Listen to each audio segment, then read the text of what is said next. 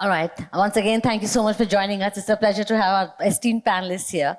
And a very exciting topic, I must say, employee value proposition, and especially when we're talking about the hybrid world of work, it seems to have changed a lot, I must say. So how do you create that ideal value proposition for them? What is it that works, what doesn't? I'm sure all our audience members here are grappling with these kind of questions. So let me begin our conversation right away, and a question that I'd like all my speakers to address. So to thrive and lead in this new world of work, organizations need to transform, digitize, and also elevate workforce experience. According to you, what are the core tenets of a prudent EVP today, especially as we are talking of a hybrid setup? So Kim, can I start with you first there? Okay, right. Morning, everybody. And before we proceed, how many of you in your organizations already have EVP, Employees Value Proposition, and it's on your website, communicated publicly? Okay, that's great. Now, so I think before we continue, I think what very importantly is for us to define what EVP is, Employee Value Proposition, right? So if you were to read up, they will talk about a set of benefits and so on. But how I would define Employee Value Proposition would be a set of unique motivation and inspiration drivers, right? They will make employees want to strive, stay, and say great things about themselves, meaning they have pride, all right, or about their colleagues, all right, because there is teamwork or they are very engaged. And thirdly, about the organization, all right, that means there's attachment to the organization. You want to poach them, it's very difficult for them to, to want to move on, right?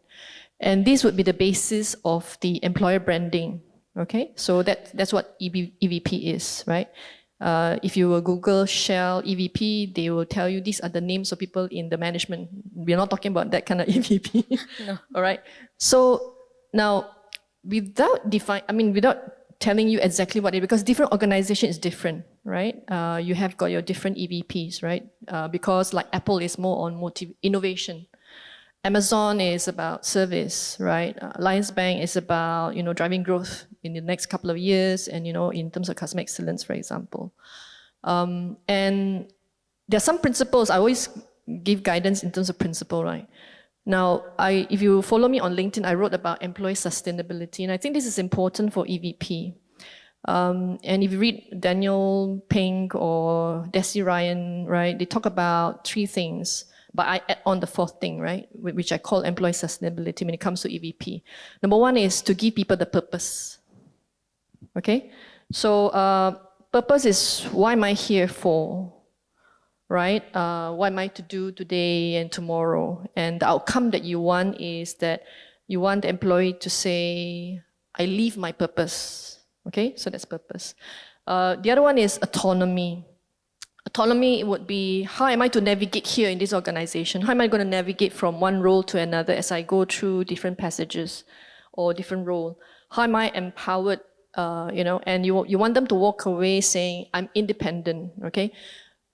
Today, I can be inspired because my boss tell me about this growth agenda, but I may not be motivated because I'm not empowered. There are just too many red tapes. You see the difference, right? So you got to be inspired and motivated, right? Inspired, so you have the purpose, and then when you get the autonomy, you feel empowered, right? And you feel motivated. The third one is mastery, okay? So mastery is also important because whether am I competent in doing my job? All right, am I able to be agile, adaptive to my new roles, for example? So what you want the people to feel is, I'm empowered, I'm competent. The third one that I added on is resilience, which I learned from one of the program that I went through. It is actually to outline, like what Oli said, right? What's my boundaries, okay? Meaning to say, in order for me to fulfill, or this employee value proposition is, I'm not going to sell my soul and body to the company, correct? I won't. So where is my boundary, right? In terms of professional and personal aspects of it. And you want the people to walk away saying, I'm empowered, I'm agile, I'm adaptive, and I dare to speak up. Okay, and I think all in all, in these four components, then you can actually build the employee value proposition that is sustainable for the employees. Very interesting points, Kim. I must say, I totally agree with you. I think especially purpose, autonomy, resilience, these are such important aspects today. And this is what employees are looking for. And if you're building an EVP around that, that's what will make sense. Nurmani, what are your views on this? What should be the core tenets of an EVP? Thanks, Yasmin. Good afternoon, everyone. So I come from Telecom Malaysia. We're 19,000 strong. But essentially, maybe we'll just start off a little bit from an EVP perspective. I've been in other organizations as well. And even in TM, it's gone through multiple stages of maturity, right? So I think what's important for EVP that it needs to not be static. So it needs to evolve based on a couple of things. That means employees' preference and their career aspiration. So that changes over time as well. Secondly is where the company is at that current juncture, maturity level. Kim mentioned if you're going into growth areas for the next couple of years. So these are some of the things your EVP needs to also recognize and evolve accordingly. And some of the principles that I would stand by, all of the one that Kim mentioned, those are great ones, important. Some maybe I'll mention three more, which I think are fundamentals and not anything new either. The flexible work these days. So Fong Tan was talking about the wave and huge wave, right? So providing that flexibility of work, one. Two is, I think most organizations say, if I get you guys to show of hands, who does engagement surveys? Probably all of you do. But I think the bit about that where you need to go deeper is within that result that you get, that's high level. You need to go deeper, and I know you will probably also do focus groups. So very targeted, and Fong Tuan used this word, this phrase as well, hyper-personalization. So even EVP needs to be very targeted, very personalized, bespoke. So that's two. And then compensation, so I'm actually remuneration and performance. So what Fong Tuan said about compensation rang true, very true. So compensation is a very strong tool. You can use it wrongly and it goes completely wrong. If you use it right, that's a very strong EVP. So these are the three ones. The final one is probably around how you have to bring your employees into the larger ecosystem, because all employees are human. So they come to work, but they leave behind a whole ecosystem of family. So now the support is not just within when they're at the office, but also what kind of help they need beyond that to help them become more effective at work. So I think a lot of multi-generational now appreciate when we recognize beyond just what you need at the workplace, but what do you need as a human being, as a father, as a mother, as a daughter. So these are some of the things I think creates that strong pull to stay and be loyal to the organization. Yasmin. Very interesting points, and I do agree that it is an ever-evolving aspect, EVP, as you look at it, because the world of work is changing so constantly. You can't stick to one EVP and then believe that your people will stick around based on that. And flexibility, compensation. We are talking about a war for talent. The whole great resignation, great retention period that we went through. I think very important points. Thanks, Girish. You've worked with multiple organizations. What is your viewpoint? What core tenets have you seen come out? Yeah, so we have the luxury of working with hundreds and thousands of organizations in actually crafting their employee experience. And a couple of things that we've seen, which is common across these progressive organizations which are able to retain top talent, is that one, they have a ecosystem of support, an ecosystem of recognition, and an ecosystem of value or purpose, like Kim said, right? So, and let me go a little deeper in that. So when I say support, obviously, what Noor said, compensation is the base of it, right? You can't have an EVP without a solid total reward strategy. And it's not just the cash component, but it's also, the perks, the bonuses that you provide. And especially in the hybrid culture now, the support system is also about, the work-life balance, the work from home options, how many leaves do you give, paid offs and all of that. So that's one. And then the second biggest thing I've seen is the recognition. Any company that have a recognition program that understand that employees have, growth prospects, give them training, give them learning opportunities, tend to do very well. And third is obviously the values or purpose. Once the employees are aligned to a company's values and purpose, they like the organization, they stick around, they perform well. And not just purpose, but fair treatment, fair compensation are some of the tenets that I've seen across organizations, and that's the common theme. Yeah, absolutely agree. I think it's also about the whole employee life cycle. How are you managing your EVP, starting from attracting talent to retaining them, upskilling them, rewarding them, and finally even taking care of the exits. Right, that's also creates a huge impact on the kind of EVP you're creating. So great points, Girish. Thank you so much. Moving on to my next question, and now we have seen that how we found new allies in tech and innovation, and over the past 3 years especially, life and work have become completely unimaginable for us without them. Cultural innovation at a workplace is now seen with a new lens. So, Noor Ramani, I'll come to you with this question specifically. What, according to you, would be the top parameters leaders should keep in mind while formulating the right equation of culture and innovation? Thank you, Yasmin. So culture and innovation. Telkom Malaysia aspires to be human-centered tech co. But that's what the top level understands. We have 19,000 employees, as I mentioned, half of which are non-executive. So these are, in the group network technology alone, are 7,000. These are non-executive, those that go over to your house when I hope all of your households have Unify instead of the other providers. So I'm assuming you're all Unify users, great broadband. So when we go and fix that in your home, so these are different levels of employees. We have executives at home. The pandemic just went, well, I joined a year ago, but what I hear is we really had to revamp the way we work because most of non-executives don't have computers. They don't have their own laptops. Even mobile phones, a certain extent, aren't as smart as the ones that most of us have.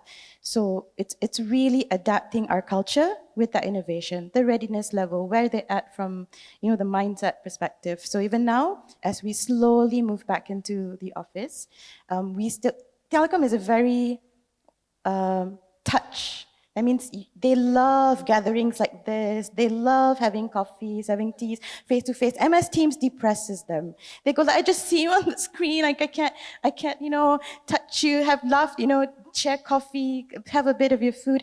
So we try and balance that between, and we have folks all across the country. So we try to balance between the culture that has been ongoing, the culture we're trying to create moving forward as a human tech co, and then infuse that innovation with MS Teams. We're also trying to now have those apps. I think Girish probably has this as well, those apps where a total well-being app on the phone and on the laptop. But how do we reach out to those that aren't so savvy? So it has to be sort of a balance. Even the way we work, which is hybrid, even the way we reach out to them is also a hybrid. And again, hyper customization to the different pockets of employees. Yeah, that's interesting. Again, as you said, the hybrid, people still, I think the whole fact behind getting people back to work was the missing factor of social interaction, and I think that's coming back.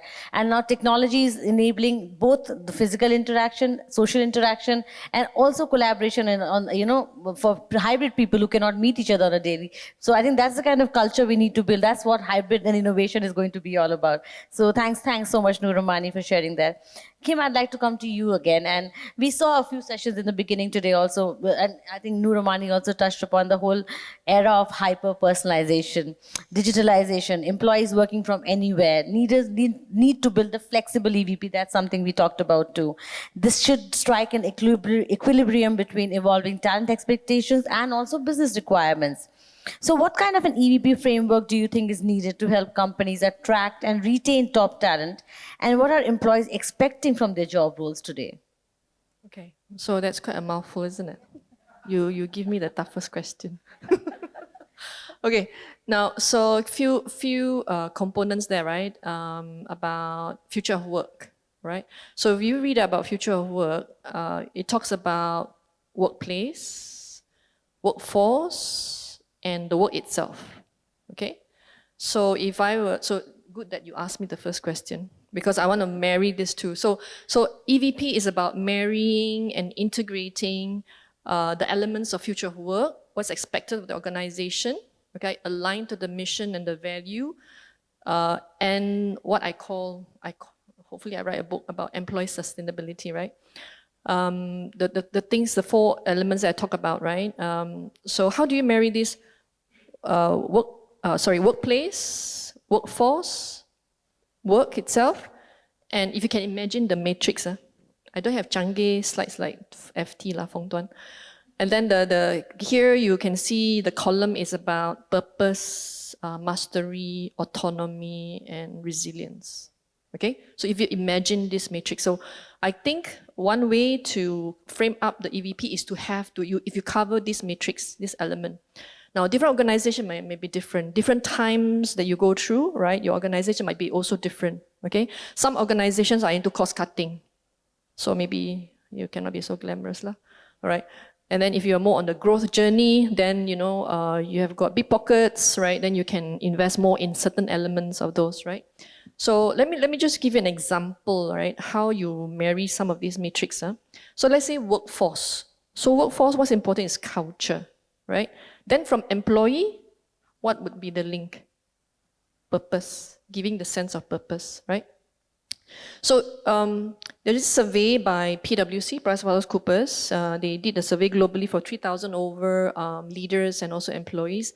They found that 72% of these respondents find that culture is really very important, okay, for their own sense of purpose, of belonging, plus to drive transformation or changes. Even McKinsey, they did a survey and they found that their studies showed that 70% of transformation fail due to people or culture challenges.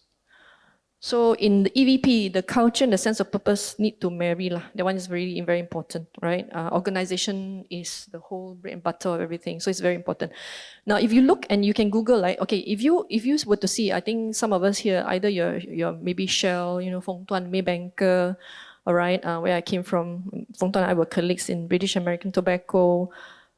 If anyone of these people walk into the room, you will notice there's the pride skate. Yeah, they got pride, right? Why? Because they are well taken care of, they are driven, all right, and the company does very well, okay? So how do you marry these two? Is to ensure that the culture is strong and also give the people a sense of purpose. Like Axiata, they talk about sustainability. Oli comes in and will call out on plastics, right? You see a lot of plastics here, all right? So she'll call out. So you got to walk the talk, okay? So you align that. Okay, so that's on culture and also sense of purpose, right? Now the other one is, I think that, so we talk about workplace, right? So now I talk about workforce, okay? So I give you an example of how I marry, or we should marry the workforce and autonomy. Okay, autonomy from employee perspective, company-wise is the workforce. So companies tend to forget about organizational design. When we do people survey, you see all these symptoms, right? People not happy, frustrated and all that. But do you know that the cause of it is probably the way how we design our work, the way how we design the structure, right? Too many levels, too wide a span of control or layering, and the review, my God, don't know how many rounds, right? Have to go to so many committee approval and all that. And people get frustrated, yeah, because of that. And people don't feel autonomous in that sense. So that's something that you need to look at as well. Then let's say, for example, we talk about, again, workforce. Workforce, capability and mastery, they work hand in hand.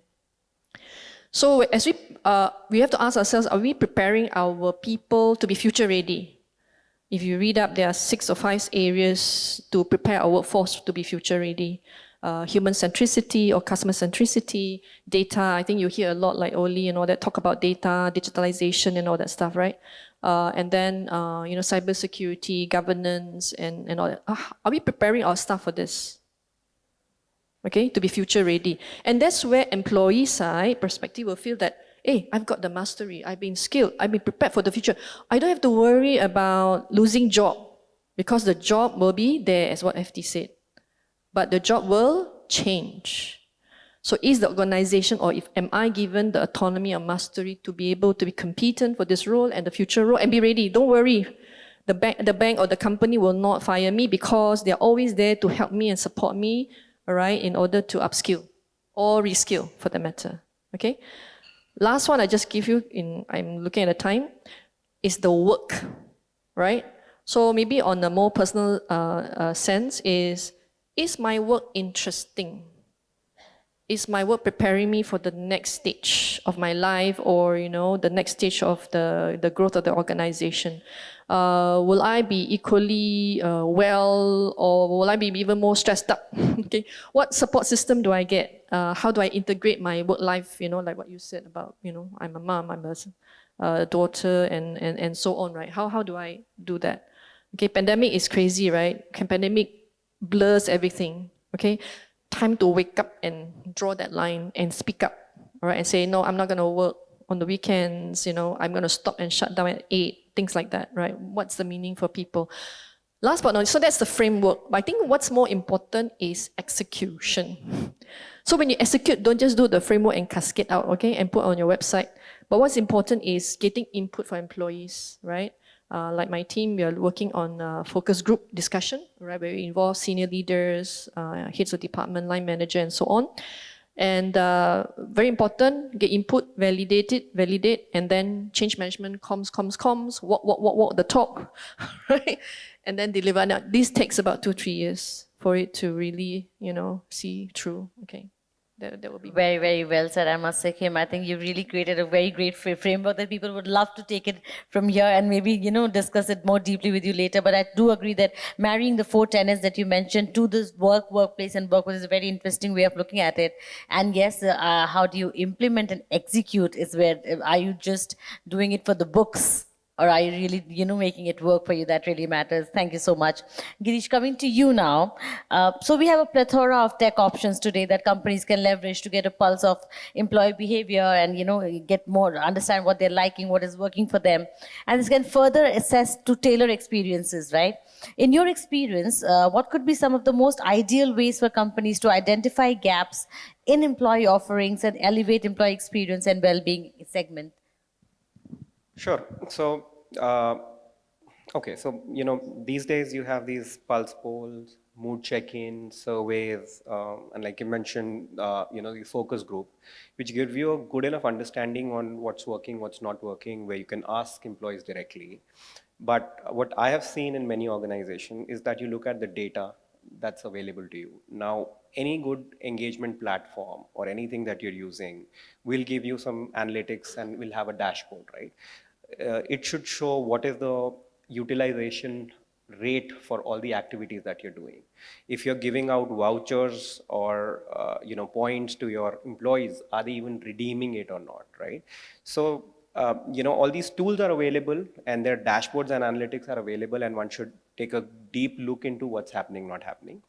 And not just new age. If you look at your old traditional methods of communicating with your employees, even that can give you some data. So all of us send emails to our employees.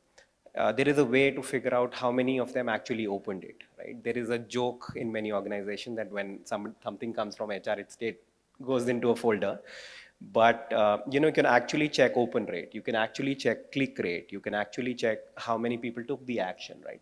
And that will give you an idea on if my communication is working or not, or the topic that I'm talking about is interesting or not. That's part one, right? Then on the other side, where I was telling you about the voucher and redemption and everything, there are ways to figure out what sort of category are they using. I've seen organizations who will give out gift cards, and there are organizations who will give out gifts, like physical gifts, and people don't use them. They just leave them on their desk and never use them. But when you look at gift cards, you can easily figure out who needs what, and it's slightly flexible. So, all of these are available to you, and I think every HR professional should utilize all these data points, which are already available. So you don't have to plug in and you don't have to do a deep analytics for this. Yeah. Interesting insights, I must say, because as Kim also said, this about implementation and execution. These are some good ways to look at it, and you can see tangible results and you can see the impact right there. So great points again, Girish. Yeah. So, all right. So we've already spoken about this, that, it shouldn't be confined just to talks, just to presentation decks, but EVP has to be a very, very sustained effort. So what challenges do you see as leaders that they'll come across in this year or the coming year? And how do you think those can be overcome when it comes to creating an EVP? So Nooramani, I'd like to hear you first on that. So yeah, it's very challenging as we went through this year. To what, Girish, we're trying to introduce what we call a well-being 360. program. So this looks at not just your, physical health, because our medical costs are just escalating. Telecom Malaysia, I mean, our benefits from those days, some of them were crazy. So we've got crazy high medical costs. So it's about Wellbeing 360, which we looked at everything overall, 360, and a lot of issues. And this app that we have, it starts off asking you about your mental health. And we find that mental health is a very big issue in the organization. And just share a bit with your demographic. We have only 3.5% those under the age of 30. Our average age group is 43. So you can understand, and most of them are very loyal employees. So they've been with the organization 20 years, 25 years. So that demographics alone makes us need to think about, okay, how do we then craft an EVP that makes, and we don't have attrition. We don't have, people don't leave Telecom Malaysia very much. I left, came back. That's a good problem so yeah, to they have. leave, they come back. So I left and then I come back. So, but we need to refresh the organization. We've got growth areas we want to go into for the next 5 years, cloud and, build more submarine cables. So we need to refresh your organization. It's an aging population. So our challenge is a little bit different, targeted, this goes, we want to keep, we want to increase, we want to attract graduates to come, young folks. We also want to start to not put them into greener pastures, but, sort of think, okay, what's your next career aspirations? Where do you think, if TM isn't the place you're going to retire? And we do have that conversations. How do we help you transition into your next phase of life? Where, under this, just go lah already, right? But, okay, no telecom people here, right? But yeah, so essentially it's a real issue. You're not dealing with one side. It's not just about multi-generational. It's not just about dealing with millennials who I think one manager called me and said, get rid of this guy, this junior, because why? I called him at 5:30. He said, don't disturb me, 5:30, my private time. I said, whoa, this fresh grad. But Kim was saying, it's about setting that boundaries. But folks who's been in the organization 5 years, hello, 5:30, I call you, you answer, you do the work. So it's trying to create a culture that balances all of this. So yeah, those are our challenges. Yeah, I totally agree with the kind of different generations working, everything, and the expectations, the demand for flexibility of all of that put together. It is not an easy task. What about you, Kim? What would you add to this? What challenges do you see? I think I make it very simple, right? I think the challenge would be that if it'll be a mistake if it's a top-down approach, right? And it'll be a mistake if it's a blanket approach, like what Fong Tuan said, right? I think I'll make it as simple as that. Yeah, that's a great point. Great. Girish, what about you? Yeah, so I think the biggest challenge is actually framing the EVP and communicating it. Yeah. When Kim asked that question in the beginning, how many of you actually have an EVP program, and how many of you actually have it on the website for employees to see, it's less than 10-20% of this audience. So you can imagine that's the biggest challenge of first framing it and then communicating and then living by it. Right? You have to walk the talk as well. Yeah. So I think that's the biggest challenge. Yeah. Putting it to use, if I can say it, So that's very interesting. Thank you. Thank you so much for sharing that. Final question to all our speakers. Now we are moving into 2023. Interesting year. We've seen 3 very different years in the past. We still don't know how different 2023 would be, but what kind of vision are you seeing for employee experience and EVP? And what are some of the new trends that you think, would help companies champion the future talent space in 2023 and beyond? So again, Kim, I'd like to hear you first now. Always give me the tough one. Okay, sorry. Okay, I'll take on the challenge. All right, now I always start with context, right? Why EX or employee experience is really important is if you look at Josh Bersin, our guru for HR, right? They say that if you have got an excellent or right EX, it will bring about these ROIs. One is from the business outcome is 2 times better than if you don't have better EX, right? When it comes to people outcome, all right, then it's 5 times more. So you can imagine. And then innovation outcome is about 3 to 4 times better than if you don't have a proper or the right EX, right, experience. Now, second is, so you understand the why of EX. Then 2 and 3, step 2 and 3 is about the what and the how. So I like to use Amazon. Maybe I hope Lazada and all that have this, okay, closer to home. Their value proposition is around customer experience. right? That's at their company value proposition. So their employee value proposition, employee focuses around how to enable their delivery guys to deliver to the destination fastest possible and, able to clock in and then they go on to the next trip. Okay, so that's the employee value proposition. Now, what I've recently attended our bank's HR network, it was presented by Deloitte. So they say the future for 2023 onwards will be more of a skill-based organization. So all of us, we also entrenched in competency-based organization, right? Knowledge, skills, and all that. But because pandemic has accelerated our learning, we don't need CIO to tell us how or teach us how to learn. We just learn on the go, right? We learn how to Zoom. We learn so many things, right? So did I. Okay, and and people are hungry for knowledge, or skills, right? So that's the way forward. I think the likes of Standard Chartered and some organizations are already moving towards that skills base, all right? So for example, what's important is today, you can be in HR, finance, insights or planning or frontline, backroom. One skill that I'm also driving among my team is data analytics skills, for example. Because without data or analytics, you cannot make decision for a better, so that's one skill set example, right? So it doesn't matter what functional competency you have, but the skills is that, or customer service skills, or leadership skills, for example, they will keep you agile and so on. So for Alliance Bank, moving forward, we are driving, as I said, driving growth. So there are a few things that we're working on, like EVP. We have in place things like recognition culture. We do that. Someone mentioned about employee recommending employee, right? So we have that. It's all published. People can see, all right? And it's linked to our key behaviors and values that we expect. And then my peer, either CEO or the management committee can actually put this, what we call recognition. Let's say Menko appreciates you for whatever achievements that they had.